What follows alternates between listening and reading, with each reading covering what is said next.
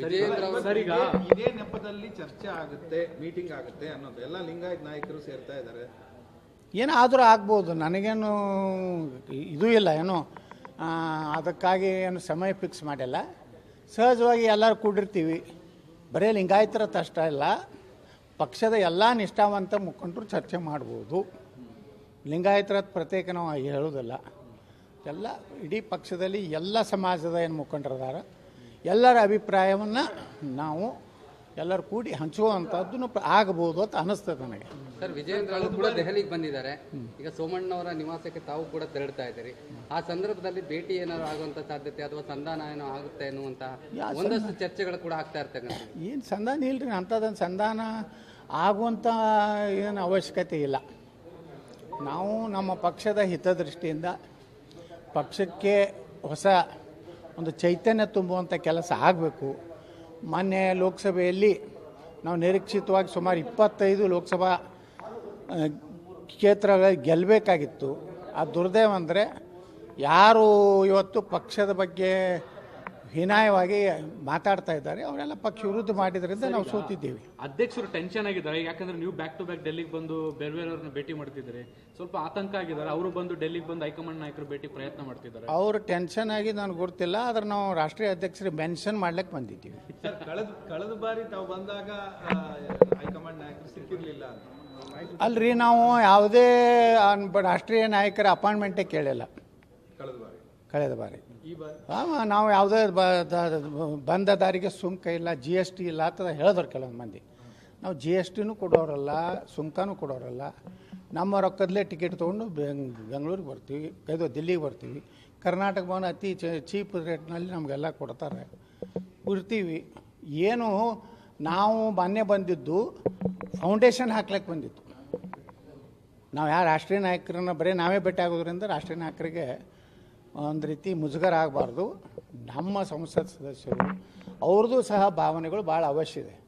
ಇವಾಗ ಸಂಸತ್ ಸದಸ್ಯರ ಭಾವನೆಗಳನ್ನು ಸಹ ಕೇಂದ್ರ BJP ಭಾಳಷ್ಟು ಪ್ರಮುಖವಾಗಿ ತಗೋತದೆ. ಆ ದೃಷ್ಟಿಕೋನದಿಂದ ಅವ್ರ ವಿಚಾರ ಏನಿದೆ, ಅನೇಕ ಸಂಸದರನ್ನು ಆ ಸಲ ಬಂದಾಗ ನಾವು ಸಂಸದರುಗಳನ್ನು ಭೇಟಿಯಾಗಿದ್ದೀವಿ. ಎಲ್ಲರೂ ನಮ್ಮ ಒಂದು ವಿಚಾರಕ್ಕೆ ಸಹಮತಿದ್ದಾರೆ. ಫೌಂಡೇಶನ್ ಸ್ಟ್ರಾಂಗ್ ಆಗಿ ಬಿದ್ದಿದೆಯಾ ಸರ್? ಭಾರಿ ಸ್ಟ್ರಾಂಗ್ ಇದ್ದಾರೆ. ಸುಮಾರು 21 ಮಹಡಿವರೆಗೆ ಏನೂ ಆಗೋದಿಲ್ಲ ಸರ್. ಈಗ ಇನ್ನು 5-6 ದಿವಸದಲ್ಲಿ ಏನಾದ್ರು ಒಂದು ನಿರ್ಧಾರ ಆಗಲೇಬೇಕು. ವಿಜಯೇಂದ್ರ ಅವರು ಬದಲಾವಣೆನೂ ಇಲ್ವಾ ಅನ್ನುವಂಥದ್ದು ನೀವೀಗ ಹೇಳ್ತೀರಿ. ನಾವೆಲ್ಲ ವಾದ ಮಂಡನೆ ಮುಗಿದಾಗಿದೆ. ಇಲ್ಲ, ಏನೋ ಆರ್ಗ್ಯುಮೆಂಟ್ ಪ್ರಾರಂಭ ಇದೆ, ಇನ್ನೂ ಆರ್ಗ್ಯುಮೆಂಟ್ ಇದೆ. ಯಾರ ಹತ್ರ ಮಾಡ್ತೀವಿ, ಎಲ್ಲಿ ಯಾವ ಮುಖಾಂತರ ನಾವು ಸಂದೇಶ ಕೊಡಬೇಕು ಎಲ್ಲ ಕೊಡ್ತಾ ಇದ್ದೀವಿ. ಈಗ ತಮ್ಮ ಸ್ಟ್ಯಾಂಡ್ ಅದೇ ರೀತಿ ಇದೆ, ಬದಲಾವಣೆ ಆಗುತ್ತೆ ಅನ್ನುವಂಥದ್ದು. ಮೊದಲೇನು ಹೇಳಿದ್ರೆ ಅದನ್ನ ನಾವು ನೋಡ್ರಿ, ನಾವೆಲ್ಲರೂ ಪಕ್ಷದ ಹಿತದೃಷ್ಟಿಯಿಂದ ನಿರ್ಣಯವನ್ನು ಸೂಕ್ತ ವ್ಯಕ್ತಿಗೆ ಮಾಡಿರೋದು ನಮ್ಮ ಒಂದು ಸ್ಟ್ಯಾಂಡ್ ಇದೆ. ಅದರಲ್ಲೇನೂ ಬದಲಾವಣೆ ಇಲ್ಲ.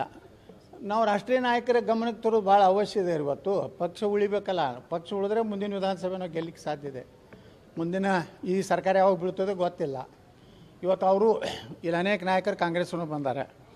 ಅವರು ಇವರು ಮುಖ್ಯಮಂತ್ರಿ ಆಗಬೇಕು, ಇವರು ಆಗಬಾರ್ದು ಅಂಥೇಳಿ ಅವ್ರದ್ದು ಹೋರಾಟ ನಡೆದಿದೆ. ದಿಢೀರ್ನೇ ಸರ್ಕಾರ ಪತನ ಆದರೆ ಅವಾಗ ನಮ್ಮ ಪಕ್ಷ ರಾಜ್ಯದಲ್ಲಿ ಬರಬೇಕಲ್ಲ. ಸರ್, ಈಗ ನೀವೇನಾದರೂ ಇವತ್ತೇನಾದ್ರು ಅಪಾಯಿಂಟ್ಮೆಂಟ್ ಕೇಳಿದ್ದೀರಾ? ಏನಾದರೂ ನಾವು ಯಾರನ್ನೂ ಕೇಳಲ್ರಿ. ನೇರವಾಗಿ ಸೋಮಣ್ಣವರ ಮನೆಗೆ ಹೋಗ್ತೀವಿ. ಅಲ್ಲಿ 1 ಗಂಟೆ 2 ಗಂಟೆ ಇರ್ತೀವಿ.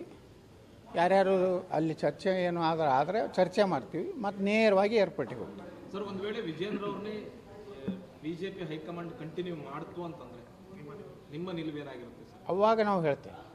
ಈಗ ಒಮ್ಮೆ ಎಲ್ಲನೂ ಮುಂದಿಂದೆಲ್ಲ ಭವಿಷ್ಯ ಕಾನ್ಫಿಡೆಂಟ್ ಆಗಿದ್ದಾರೆ ವಿಜಯೇಂದ್ರ. ನಾವು ನೋಡ್ರಿ, ಈಗ ಏನು ನಾವು ಅದ್ರ ಬಗ್ಗೆ ರಿಯಾಕ್ಷನ್ ಕೊಡೋದಿಲ್ಲ. ನಮ್ಮದೇನು ಅದ್ರ ಬಗ್ಗೆ ಅದು ಹೈಕಮಾಂಡ್ ಏನು ನಿರ್ಣಯ ತಗೋತದ, ಅದಕ್ಕೆ ನಾವು ಈಗೇನು ಚರ್ಚೆ ಮಾಡೋದಿಲ್ಲ. ಆದ್ರೆ ಒಂದು ಮಾತ್ರ ನಿಮ್ಗೆ ಹೇಳ್ತೀನಿ, ನಾವು ಅಷ್ಟೇ ಕಾನ್ಫಿಡೆಂಟ್ ಇದ್ದೀವಿ. ನಾವು ಅಷ್ಟೇನು ಭಯಭೀತರಾಗಿಲ್ಲ. ಏನಪ್ಪ ಅಂಥೇಳಿ ನಾವು ಕಾನ್ಫಿಡೆಂಟ್ ಇದ್ದೀವಿ. ನಾವೆಲ್ಲ ಅದ್ರ ಬಗ್ಗೆ ಚರ್ಚೆ ಮಾಡೋದಿಲ್ಲ. ಹೈಕಮಾಂಡ್ ನಮ್ಮ ಅಂತಿಮ ಬಾಸ್. ಅವ್ರು ಏನು ಹೇಳ್ತಾರೆ, ಹಗಲು ಕಂಡ ಇದು ರಾತ್ರಿ ಕಂಡ ಬಾಯಿಗಳು ಹಗಲು ಬೀಳಂದ್ರೆ ಬೀಳ್ತೀವಿ. ಹಂಗೆ ಮಾಡೋದಿಲ್ಲ, ನೀವು ತಿಳ್ಕೊಂಡಿರ್ಬೇಕು. ಹಂಗೆ ಮಾಡಿಬಿಡ್ತಾರ್ಥ. ಹಗಲ ಕಂಡ ಬಾವಿ, ದೇಹದಾಗ ಕಂಡಂಥ ಬಾವಿ. ನಾವು ಇದು ಇಲ್ಲ, ರಾತ್ರಿ ಕಂಡಂಥ ಬಾವಿ, ದೇಹದಾಗ ಬೀಳುವಂಥ ಮಾತುಗೂ ತಯಾರಿದ್ದೀವಿ. ನಮ್ಮ ನರೇಂದ್ರ ಮೋದಿಯವ್ರ ಮೇಲೆ ವಿಶ್ವಾಸ ಇದೆ, ರಾಷ್ಟ್ರೀಯ ಅಧ್ಯಕ್ಷರ ಮೇಲೆ ವಿಶ್ವಾಸ ಇದೆ, ಅಮಿತ್ ಶಾ ಅವ್ರ ಮೇಲೆ ವಿಶ್ವಾಸ ಇದೆ, BL ಸಂತೋಷ್ ಅವ್ರ ಮೇಲೆ ವಿಶ್ವಾಸ ಇದೆ. ನಾವು ವಿಶ್ವಾಸದ ಆಧಾರದ ಮೇಲೆ ಪಕ್ಷದ ಕಾರ್ಯಕರ್ತರು ಹೊರತು ಈ ಅಡ್ಜಸ್ಟ್ಮೆಂಟ್ ಗಿರಕಿಗಳ ಅಲ್ಲ.